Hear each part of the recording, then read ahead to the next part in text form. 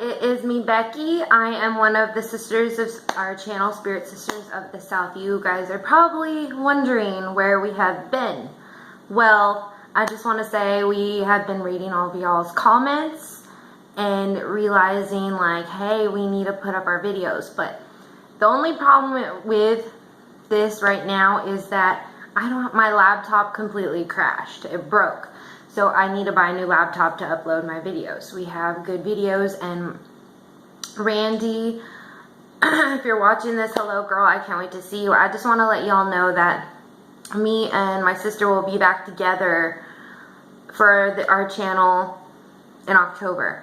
I am filming on my Android. I got a new cell phone. I can upload videos from it. That's how I upload my videos. But today, so I'm going to say a few things today. I'm going to show you some of the equipment I do have that we use, and she has some stuff we use as well. This isn't going to be the introduction video to this channel or anything. I just want to let you guys know that this channel is still active, and I am going to announce tonight I'm going to attempt to go for the second time on my own without my sister, to see if I can communicate with any spirits, ghosts, whatever you'd like to call them.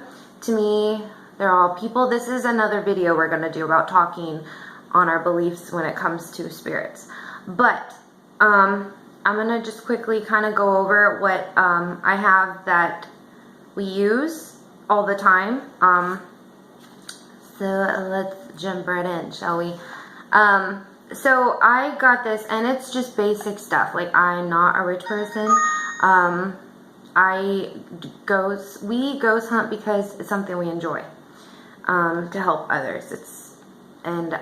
Yeah, like I said, it's another video. I don't know how to make this video really, but I'm gonna just kind of show you guys what we use. So we got this camera. It is by Bell and Howell. This was a purchase off eBay, and the main reason I ordered this camera was for us because it has night vision. You probably can't see me with the glare on the screen, but this is a good camera for night vision. And I already have some videos in here we did a video of the spook light, in which that was not uploaded because my laptop broke, and I'm so sorry about that, guys.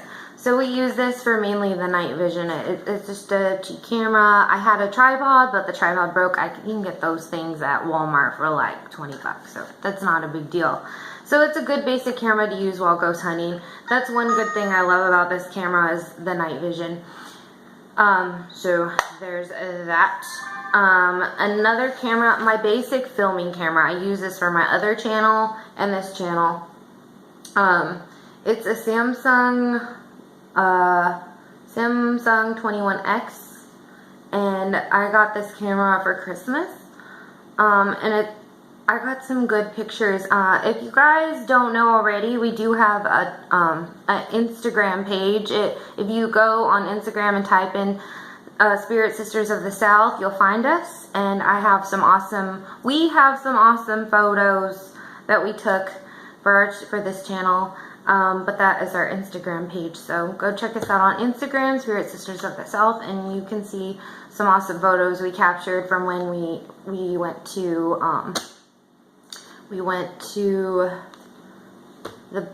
not the Bethel Cemetery. That was the other video.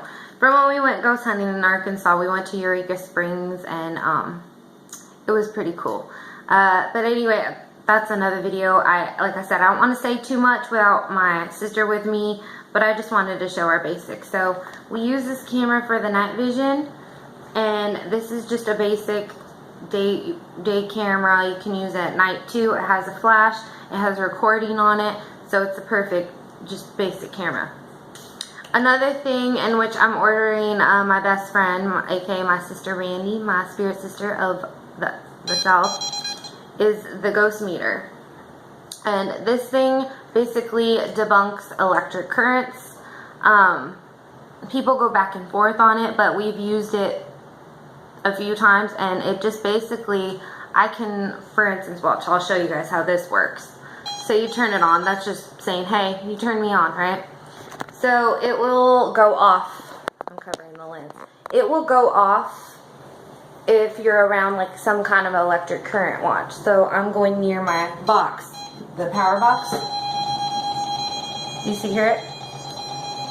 That's basically debunking stuff, but it picks up electric currents in the area. Like there's a meter on the screen, and you will see it fluctuate. Once it goes into the red, that means there's something nearby. But like I said, if you hold it up to electric currents, it will go into the red. So these are really cool to have, in which we each have one of these. So yes and yes. So that is all I have at the moment for ghosts, for our ghost hunting. Tonight I'm trying to figure out a location. I was gonna go, there's a park behind my apartments, and I've been drawn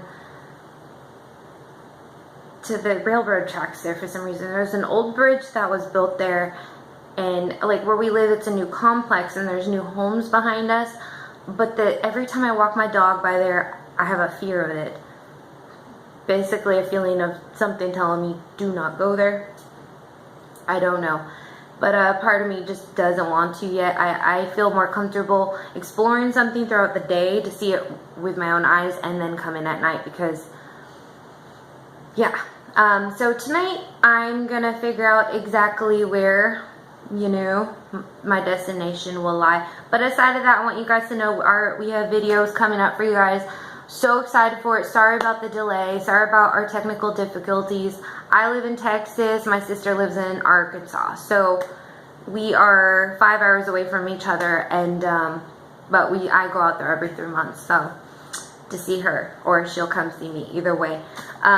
But another good thing that we both use, but I document different places. Like I have my list of haunted places I want to go see in the area, and I already crossed off the Bethel Cemetery because that was where I went, and they moved it. I actually that was the original Bethel Cemetery, but they moved a lot of the graves to a bigger cemetery. There's like a newer Bethel Cemetery, if that makes sense. It probably doesn't, but that's basically what it is.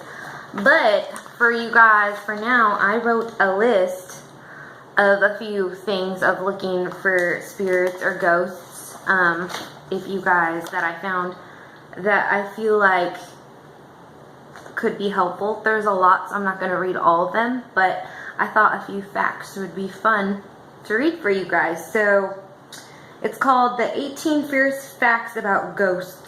So I hope you're prepared for this. Number 1, ghosts are not sleeping. They are always roaming and around, especially if they want justice for their death. Like I said, you don't have to agree. I don't agree with all these myself, but these are just facts of ghosts that I found while just researching. So that is number 1. Number 2 says they want to be noticed. I'm a dingbat.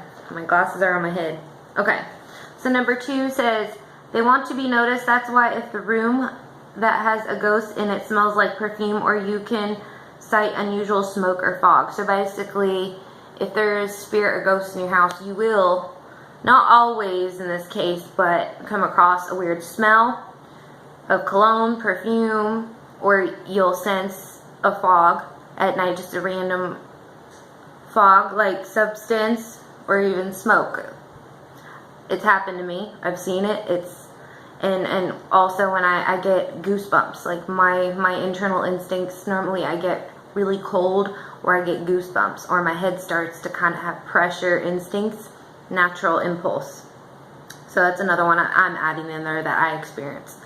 Number 3, in animals, only cats can see a ghost. I don't believe that in all cases. I do think dogs can see them, but I do feel cats have more of an intuition to spirits versus dogs. If your cat is staring in the air, they're staring at a ghost, is what it said. Number 4, ghosts are not all harmful. They can't hurt you. They just want to be noticed by an individual. And this is just one of the things. They're normally not harmful, and I do feel like if certain ghosts feel threatened, that's when I back away. Like if I feel a sense of fear or a sense of get the heck away from this place, I go on my natural impulse. I don't scare quite easily, but I feel if you get that internal instinct saying you need to get out now, okay? Number 5, people who die in an accident or crimes without justice, their spirit, when manifested, can possibly appear in a scary form of image. I do partially believe that. I believe that in certain cases, when some people pass on, when they want to be seen, especially, for instance, in a car accident or something brutally happening to them, they show themselves in a certain way or in a different way, the way they view themselves. If you catch my drift, I can't completely explain it, but yeah. Number 6, some spirits or ghosts are those who don't want to leave the earth or haven't found a way to move on, and or basically unfinished business. Number 7, ghosts are cold. That's why if the room has a ghost, you can feel cool spots or measure cool spots. Number 8, some ghosts can see our future. Sometimes they can tell us through our dreams. That I do strongly believe that.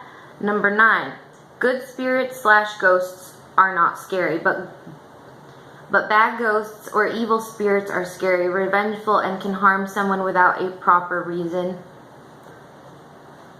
That speaks for itself. These are just some guidelines and facts I found online that are helpful. But yeah. Number 10, ghosts don't always haunt cemeteries. Usually they are staying at the church, or some of them may haunt other locations, homes, forests, creeks, etc.